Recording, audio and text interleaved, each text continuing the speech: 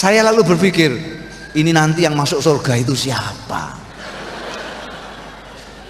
Apa yang sholat terus tapi tidak mengikuti ajaran Rasulullah, atau yang melaksanakan ajaran Rasulullah tapi tidak sholat seperti mereka itu?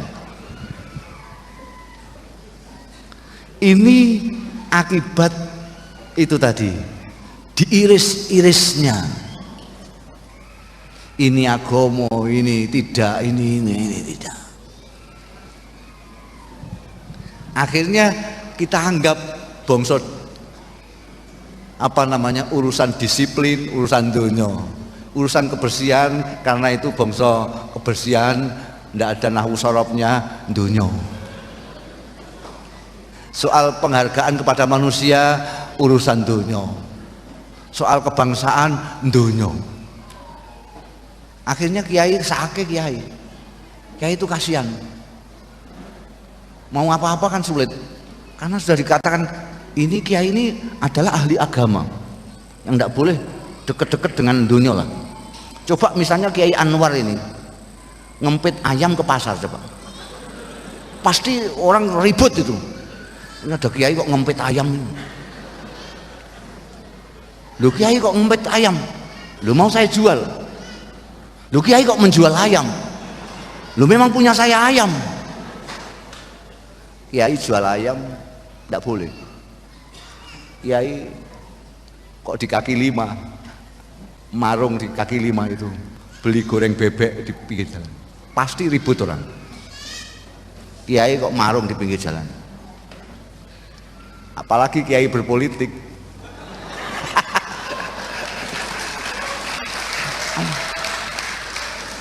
Ini akhirnya kita itu bertanggung, sudah diiris agama dan umum, akhirnya dunia masih diiris lagi. Agama ini pun niru model modernisasi. Konon tren kecenderungan modernisasi itu adalah spesialisasi. Dulu kalau orang sakit apa saja, dokternya cuma dokter itu saja, dokter umum itu. Sakit gigi dokternya juga itu, sakit perut ya itu, korengan ya itu, kopoan ya itu. Tapi ketika dunia semakin modern, itu ada takhasus, ada spesialisasi. Ada spesialisasi THT.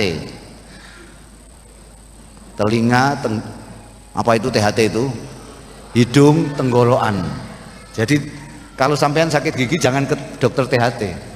Ada dokter gigi khusus. Ada dokter kandungan khusus, dokter anak-anak sendiri. Sekarang lebih modern lagi, lebih ditahsus lagi. Ada dokter THT anak-anak. Jadi misalnya kok orang tuanya dan anaknya sama-sama kopoan, itu dokternya dua. Ini habis anak saya dokter, saya diperiksa. Oh enggak, ini THT anak-anak. Kalau sampean itu ada lagi dokternya sendiri.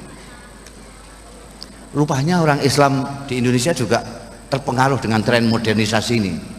Jadi orang Islam pun sekarang model takhasus. Ada yang spesialisasi salat tok. Ya sembahyang, pokoknya sudah sembahyang sudah merasa Islam lah. Ada yang spesialisasi haji. Pokoknya kalau sudah haji ya sudahlah. Korupsi apa nggak apa-apa lah. Korupsi kan urusan dunia, itu bukan urusan agama. Yang urusan agama kajinya. Nanti saya khawatir jangan-jangan ada spesialisasi takhasus wudhu. Jadi wudhu tok menaik wis pokoknya.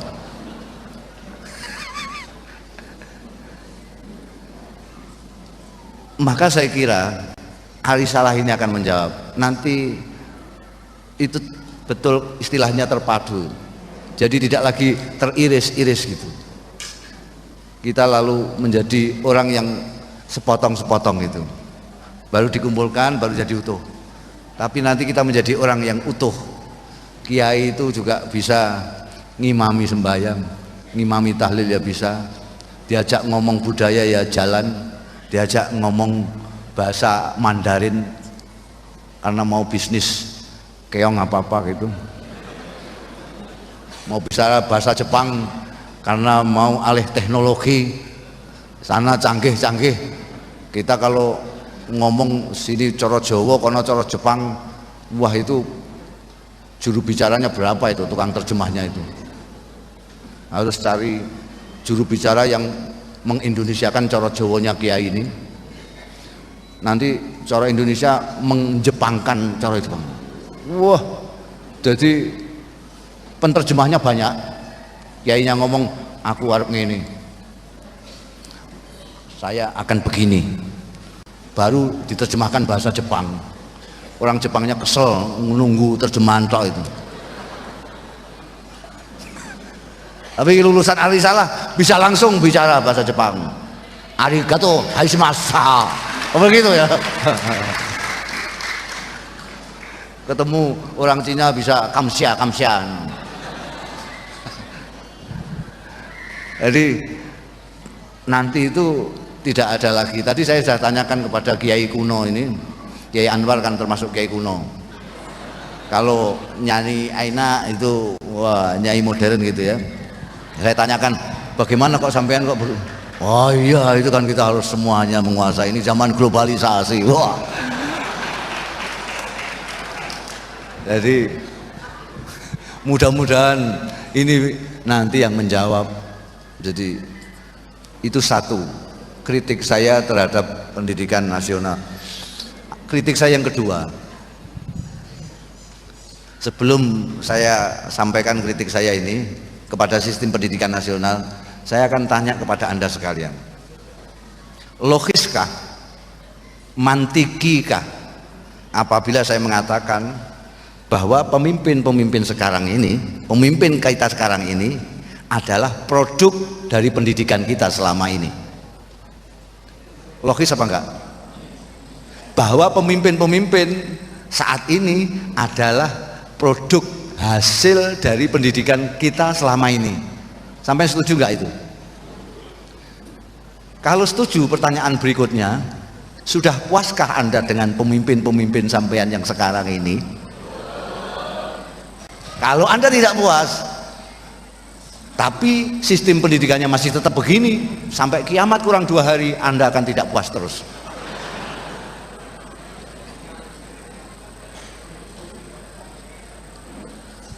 Pendidikan selama ini, pendidikan itu menurut ahli pendidikan, saya enggak, saya pondok pesantren sama Gus Supar ini sama. Menurut konon kabarnya ya, pendidikan itu harus paling tidak 3H. Head, heart, hand.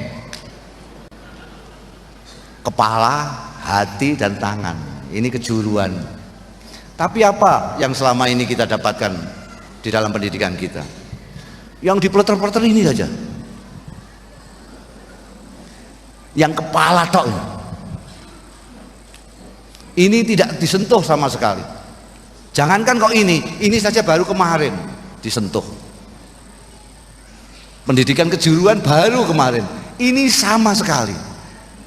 Orang mengukur kecerdasan orang, mengukur hebatnya orang dari IQ, intelligence quotient. Kalau IQ-nya tinggi, hebat itu. Gus Dur itu ketika di KPU oleh Ikatan Dokter Indonesia, IQ-nya tertinggi 140.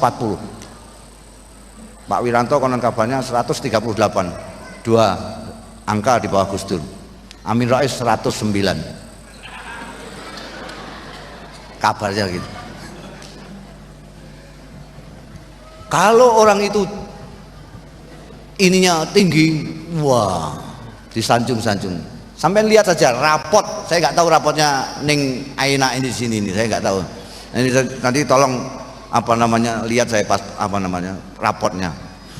Rapotnya yang madrasahnya sendiri, jangan yang SMP. Yang SMP gitu sudah patok bangkrong dari sananya dan tidak boleh diwawai.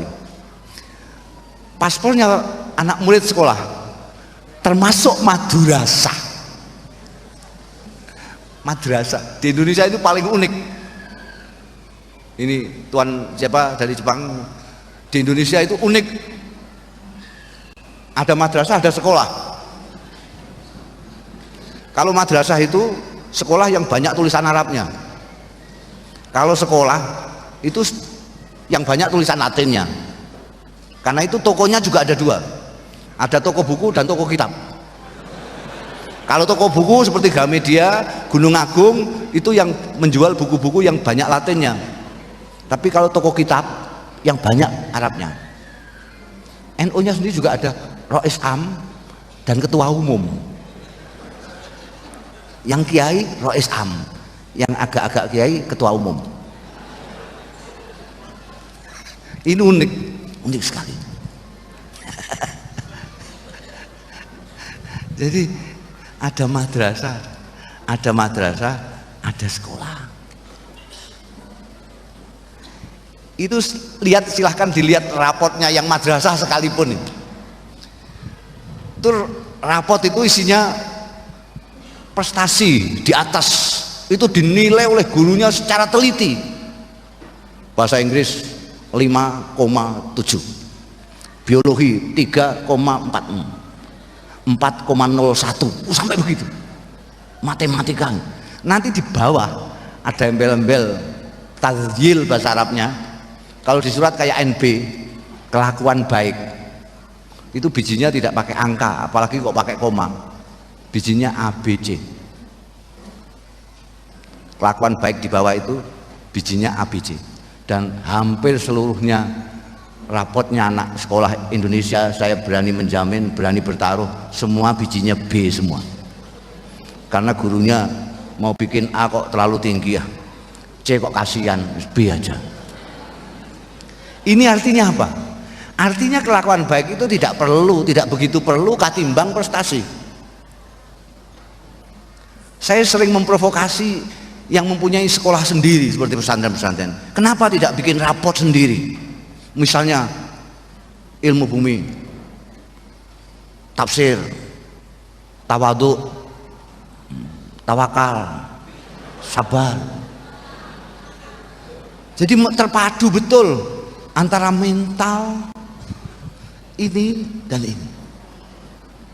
Sekarang ini prestasi terus. Kalau prestasinya bagus semua, ranking pertama, orang tuanya syukuran, senajan kelakuan baiknya tidak karuan. Akibatnya kita kebanjiran orang pinter yang tidak terdidik, orang pinter yang tidak bermoral. Itu lebih celaka daripada orang bodoh. Lebih baik bodoh saja kalau tidak bermental daripada pandai tidak bermental. Kalau orang bodoh mencuri, itu gampang tangkap-tangkapannya, gampang memasukkannya penjara. Dia mencuri bawa linggis, tolang-tolang, gampang kelihatan, oh itu nyuri itu. Dapat ayam satu, cekel-cek, dok, masuk penjara. Tapi kalau orang itu pinter, dia tidak bawa linggis, cuma tanda tangan, cet, tidak hanya pitik satu, pitik se-Indonesia itu. Miliatan, miliatan, dan sulit dipenjarakan. Jadi lebih baik bodoh sajalah daripada pinter tapi tidak bermental. Karena lebih berbahaya itu kalau pinter tapi tidak bermental. Karena ini tidak pernah disentuh sama sekali ini. Berani enggak Nyai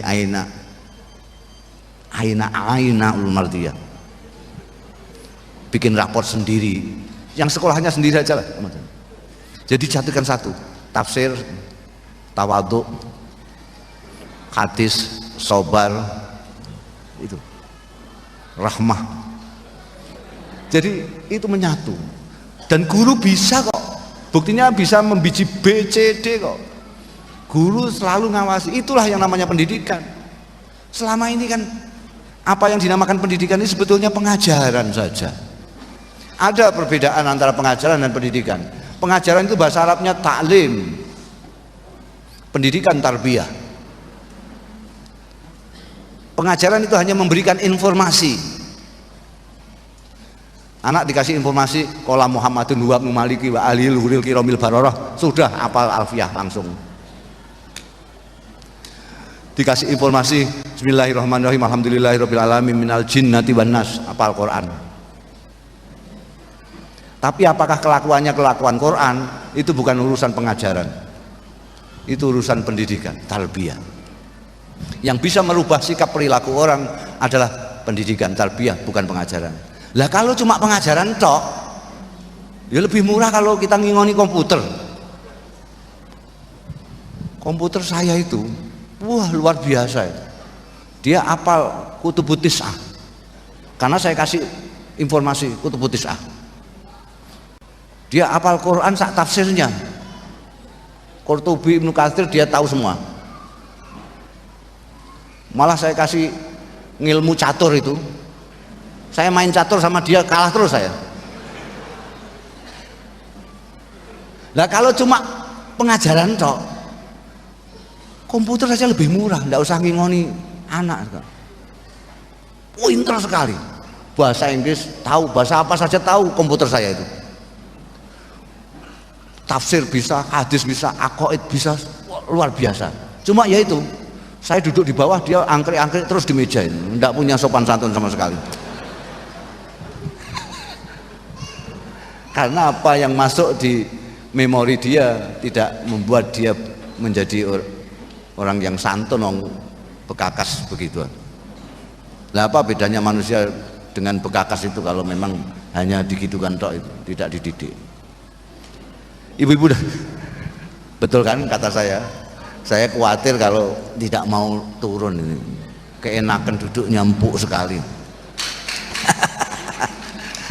Jadi ini sudah jam 12:30 dan saya masih keenakan bicara karena. Jadi sekali lagi saya ucapkan selamat kepada pengasuh pesantren, kepada pesantrennya sendiri, kepada wali-wali santri, kepada santri-santrinya, kepada keluarga besar Pondok Pesantren Salafi Terpadu Ar-Risalah. Mudah-mudahan selalu mendapat bimbingan dari Allah Ta'ala, selalu meningkat tidak hanya pengajarannya tapi pendidikannya juga, menciptakan anak-anak yang saleh, yang bermanfaat tidak hanya bagi dirinya sendiri tapi bagi masyarakat dan bangsanya. Demikian, kurang lebihnya saya mohon maaf. Wallahu yuwaffiquna ila ma fihi khairul Islam wal muslimin, khairu Indonesia wa Indonesiin. Wa astaghfirullahal azim li wa lakum wal afu minkum. Wassalamualaikum warahmatullahi wabarakatuh.